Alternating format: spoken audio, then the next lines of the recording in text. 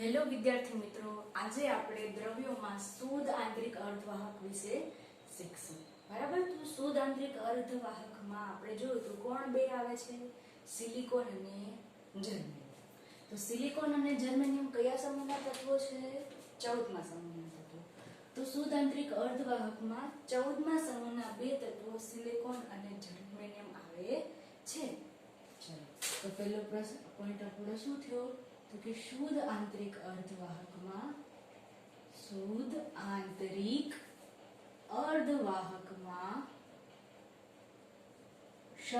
14ના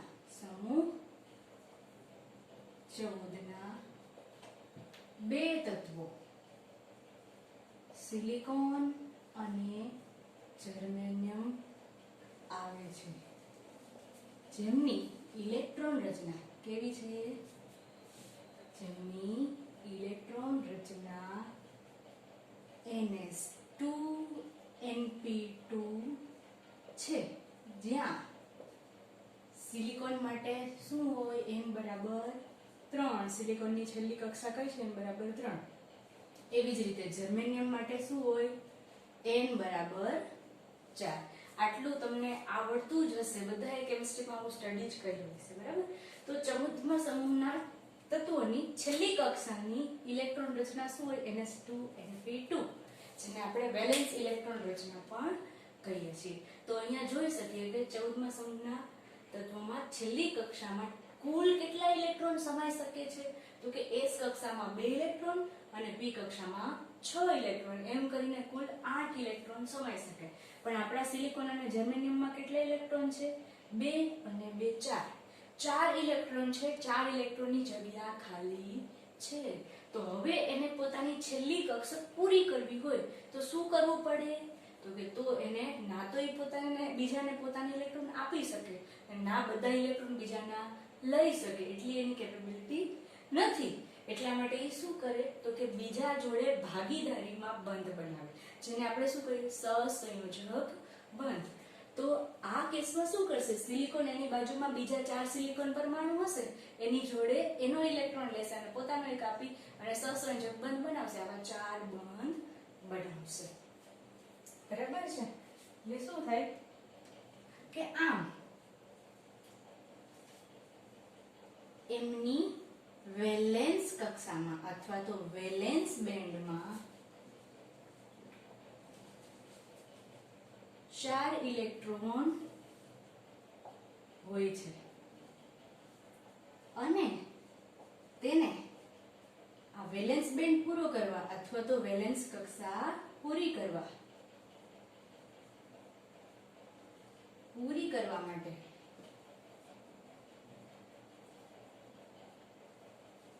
બીજા 4 ઇલેક્ટ્રોનની જરૂર હોવાથી તે સિલિકોન પરમાણુ તેની આજુબાજુના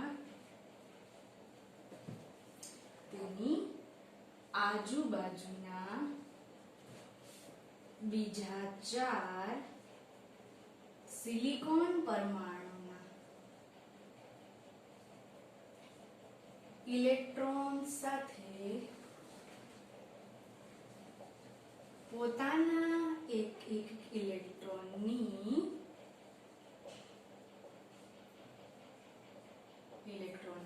ભાગીદારી કરી, આ શું કહેવાય? ભાગીદારી. બરાબર ને? બે વચ્ચે રાખે એટલે ભાગીદારી કરી જે બંધ બનાવે એને કહીએ સહસંયોજક બંધ બનાવે છે. હા, તો એ કેટલા પરમાણુ સાથે? તો કે બીજા 4 સિલિકોન પરમાણુના ઇલેક્ટ્રોન સાથે પોતાના એક ઇલેક્ટ્રોનની ભાગીદારી કરે, એટલે સામેવાળાનો એક, પોતાનો એક, એટલે એવા કુલ કેટલા બંધ બનાવશે? 4. આમે કુલ કેટલા સહસંયોજક બંધ બનાવશે? તો કે 4 સહસંયોજક બંધ બનાવશે. હવે આપણે રચના જોઈએ અને તો અહીંયા આજુબાજુમાં અહીંયા આપણે સ્ટ્રક્ચર ડ્રો કરીએ કે સિલિકોન કઈ રીતે હશે. તો ચલો, આ આપણા સિલિકોનના પરમાણુઓ છે. જો ખરેખર એટલે દૂર હોતા નથી, એકદમ એકબીજાની ખૂબ જ નજીક હોય છે, પણ આપણે સમજવા માટે અત્યારે એને દૂર ડ્રો કરીએ છીએ. બધા જ સિલિકોનના પરમાણુઓ છે. હા, આઈ થિંક આપણું આ 3 લેયર બહુ થઈ ગયું. બરાબર, તો આ 3 લેયર આપણા માટે ઇનફ છે. અહીંયા હશે સિલિકોન, એટલે તમે લખી શકો સિલિકોન બંધાની અંદર. જર્મેનિયમ લેવું હોય તો તમે જર્મેનિયમ પણ લઈ શકો. એવું નથી કે સિલિકોન જ લેવાનું છે, પણ તમે 14મા સમૂહમાં પહેલું તત્વ છે સિલિકોન, એટલે તમને બધાને એના વિશે થોડીક માહિતી હશે, એટલે આપણે સિલિકોનથી શીખવાનું ચાલુ કર્યું છે. હા, તો સિલિકોનની છેલ્લી કક્ષામાં 4 ઇલેક્ટ્રોન હોય, 12મી કક્ષામાં 4 ઇલેક્ટ્રોન હોય, અને બાજુના સિલિકોન સાથે શું બનાવે? સહસંયોજક બંધ બનાવે છે. ચલો, તો કઈ રીતે બંધ બનાવતું હશે? તો જો અહીંયા હું ડ્રો કરું છું. જોજો આવું કેમ ડ્રો કરું છું. આ બધા એના સહસંયોજક બંધની રચના છે, જેમાં 2 કક્ષામાં એક ઇલેક્ટ્રોન રહેલા હશે. પહેલા આપણે કક્ષા દોરી લઈએ.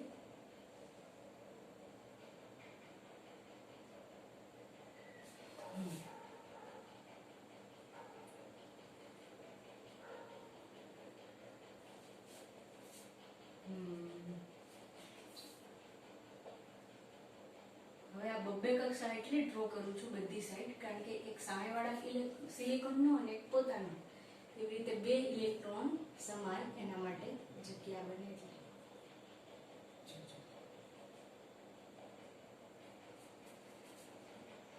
હવે આ બધા સિલિકોન આગળ પણ એક્સટેન્ડ થયેલા હશે, પણ આપણે અત્યારે આટલું સ્ટ્રક્ચર ડ્રો કરીએ છીએ. તો ચલો કોઈ એક સિલિકોન લઈએ. આ સિલિકોન છે, આની જોડે સહસંયોજક બંધ બનાવે તો એક પોતાનો ઇલેક્ટ્રોન આપશે અને એક આ બંધની અંદર સામેવાળા સિલિકોનનો હશે.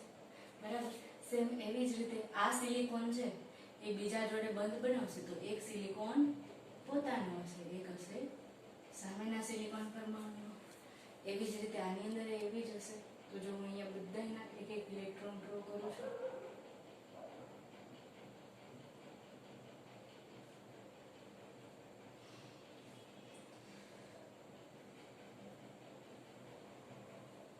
તમે સમજી શકો છો આ બધા ઇલેક્ટ્રોન ડ્રો કરવું એને.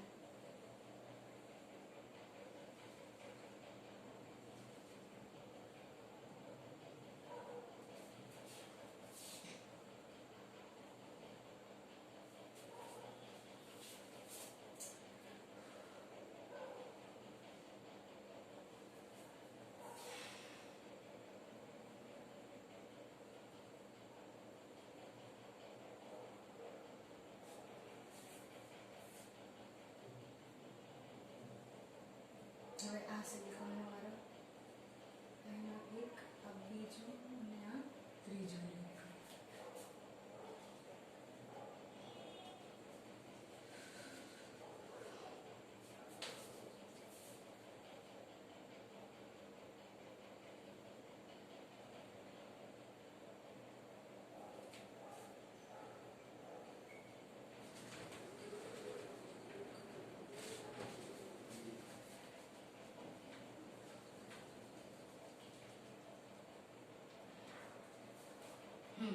તો બધા જ સિલિકોન પરમાણુના બંધના ઇલેક્ટ્રોન દોરાઈ ગયા. હવે જે સિલિકોનની બાજુમાં જે ઇલેક્ટ્રોન છે એ પોતાનો ઇલેક્ટ્રોન છે અને બીજો ઇલેક્ટ્રોન છે એ બીજા પરમાણુનો ઇલેક્ટ્રોન છે. એટલે આવી રીતે સહસંયોજક બંધથી બધા સિલિકોન પરમાણુઓ એકબીજા સાથે જોડાયેલા હશે.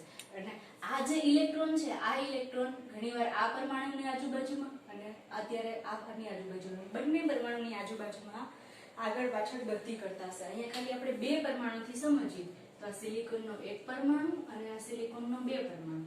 જો આની વચ્ચે ભાગીદારીથી 2 ઇલેક્ટ્રોન હશે ને તો આ ઇલેક્ટ્રોનની ગતિ કઈ રીતે હશે?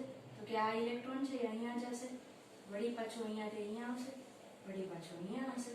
એમ 2 ઇલેક્ટ્રોન એકબીજાની આજુબાજુમાં આ રીતે આગળ પાછળ ગતિ કરતા હશે. અને જેના લીધે આ 2 સિલિકોન પરમાણુ એકબીજાથી ખૂબ જ નજીક અને ખૂબ જ મજબૂતાઈથી બંધાયેલા રહેશે. એટલે આ એકબીજાથી આસાનીથી દૂર જઈ શકશે નહીં. આ રીતની સિલિકોનના સ્ફટિકની રચના હોય છે.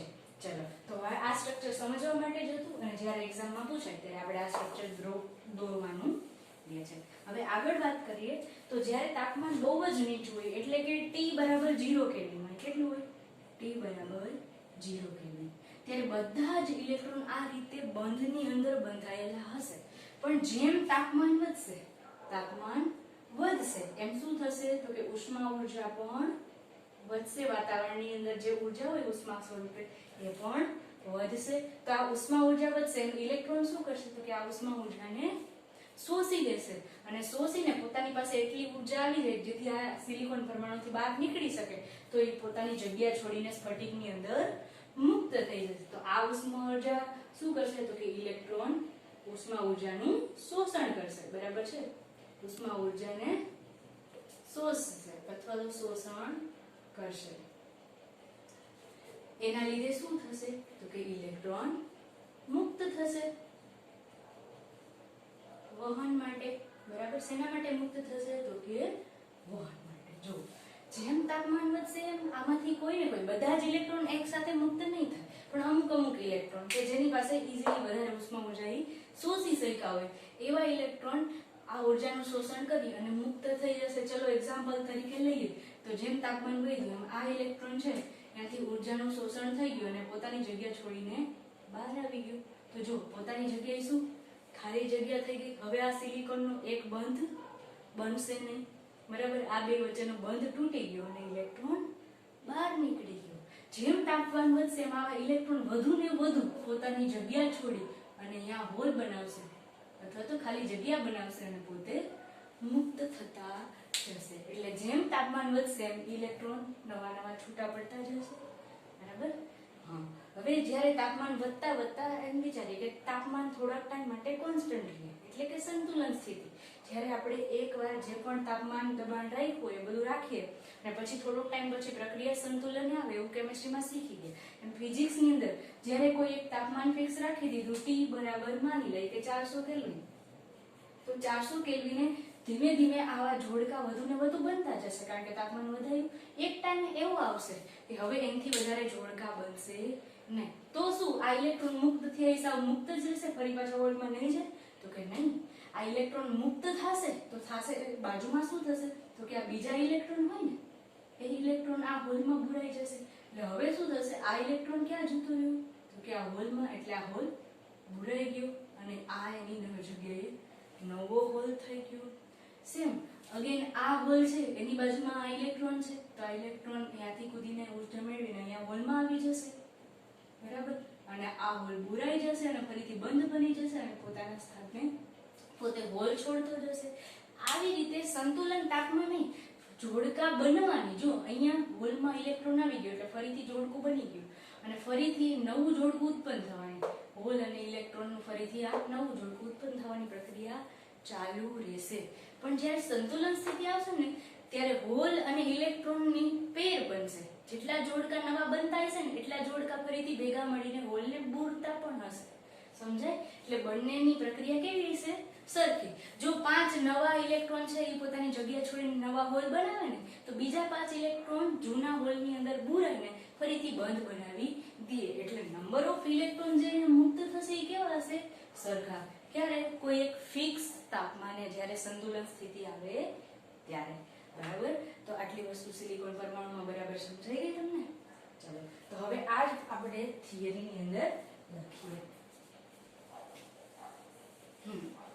તો સૌથી પહેલા શું જોયું કે બે પરમાણુ વચ્ચે બનેલા સહસંયોજક બંધના ઇલેક્ટ્રોન બંને પરમાણુને મજબૂતાઈથી બાંધી રાખે છે. તો ચલો અહીંયા જ લખી લઈએ, જગ્યા છે આપણે પણ. તો બે સિલિકોન પરમાણુ વચ્ચે બનેલા સહસંયોજક બંધના કારણે અથવા સહસંયોજક બંધના ઇલેક્ટ્રોન પરમાણુની આગળ પાછળ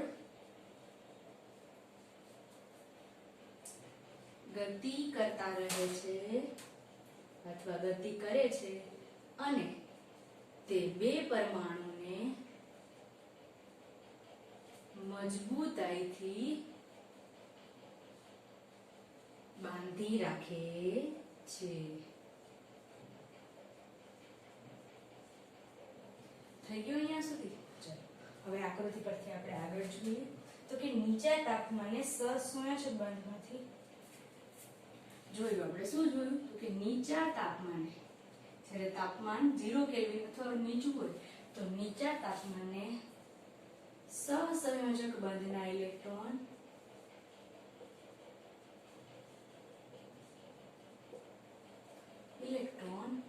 મુક્ત થઈ શકતા નથી પરંતુ તાપમાન વધવાની સાથે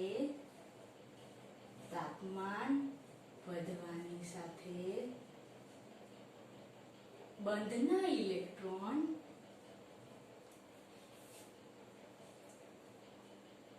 ઉષ્મા ઊર્જાનું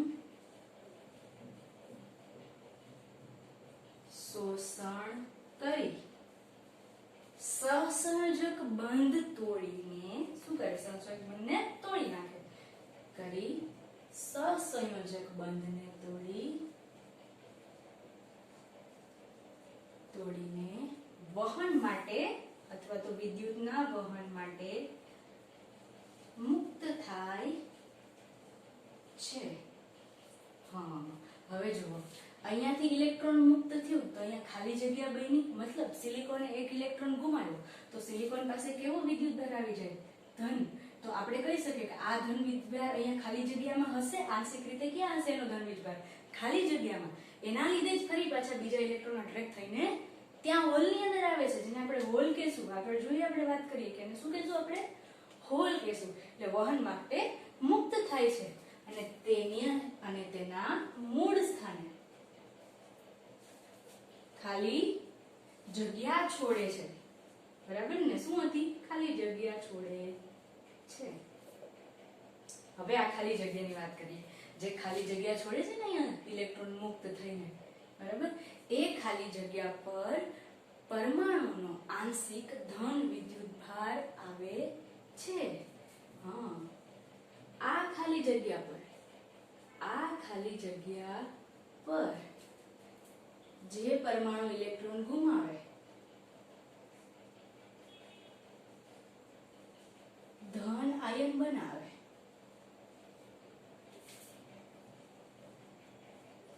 તેનો આંશિક ધન વીજભાર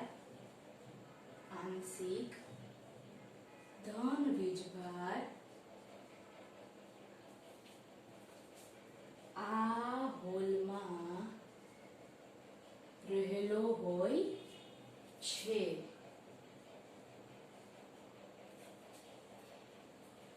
અથવા આ હોલમાં રહેલો હોય છે. તેથી આ ખાલી જગ્યા અથવા હોલ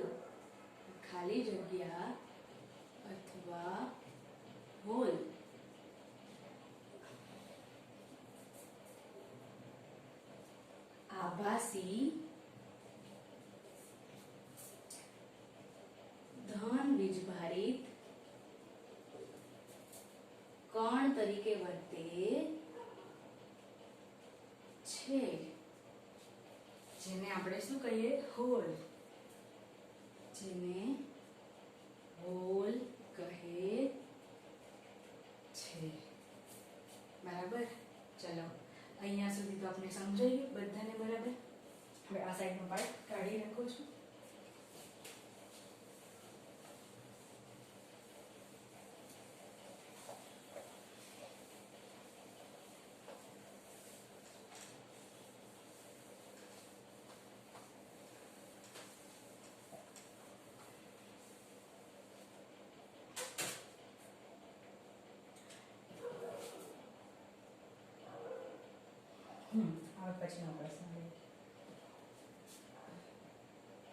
હવે તાપમાન જેમ વધે એની સાથે હોલ અને ઇલેક્ટ્રોનના જોડકાઓની સંખ્યા વધતી જાય છે.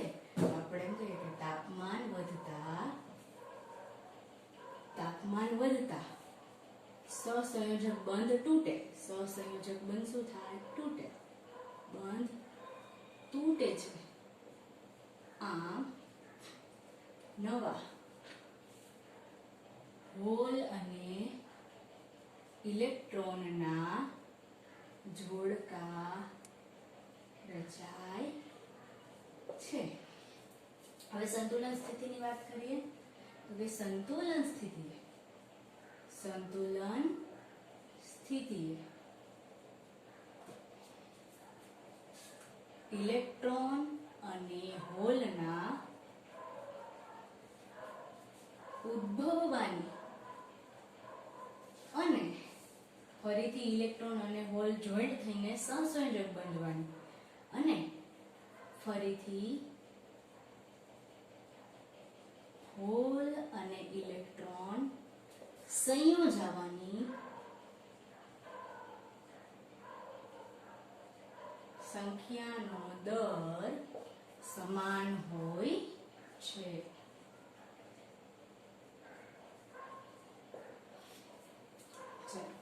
હવે વાત કરીએ તો અહીંયા જુઓ, જેટલા બંધ તૂટશે એટલા ઇલેક્ટ્રોન બનશે અને જેટલા ઇલેક્ટ્રોન બનશે એટલા સામે શું બનશે? હોલ. જો 5 ઇલેક્ટ્રોન બંધ તોડીને બહાર આવશે તો એ 5 ઇલેક્ટ્રોનની જગ્યાએ હોલ બની જશે. જે હોલ શું કહે તો કે એ હોલ પર પરમાણુ જે ધન વિદ્યુતભારિત થઈ જાય ને, ઇલેક્ટ્રોન ત્યાંથી નીકળી જાય એટલે પરમાણુ કેવો થઈ જાય? ધન વિદ્યુતભારિત. એનો આંશિક ધન વિદ્યુતભાર ક્યાં આવેલો લાગે તો કે આ હોલ પર આવેલો લાગે. એટલે આપણે એવું કહી શકીએ કે હોલ છે એ શું છે તો કે ધન વિદ્યુતભારિત કણ છે. મુક્ત રીતે એ કણ તરીકે વર્તે છે એવું કહી શકીએ. આમ જોઈએ તો એ ઇલેક્ટ્રોનની જેમ ગમે ત્યાં જઈ નથી શકતો, પણ ઇલેક્ટ્રોન જાય છે એના લીધે એવું લાગે કે હોલ પણ ગતિ કરે છે. બરાબર. એ હમણાં જોશું કે ઇલેક્ટ્રોન જાય એના લીધે હોલ કેવી રીતે ગતિ કરે છે. એ આપણે આના પછીનો જે ટોપિક જોશું ને કે વિદ્યુતનું વહન કેવી રીતે થાય શુદ્ધ અર્ધવાહકમાં, એની અંદર આપણે જોશું. બરાબર. તો અત્યારે જોઈએ તો જેટલા ઇલેક્ટ્રોન બહાર નીકળશે એટલા જ હોલ બનશે. એટલે કહી શકીએ કે શુદ્ધ અર્ધવાહકમાં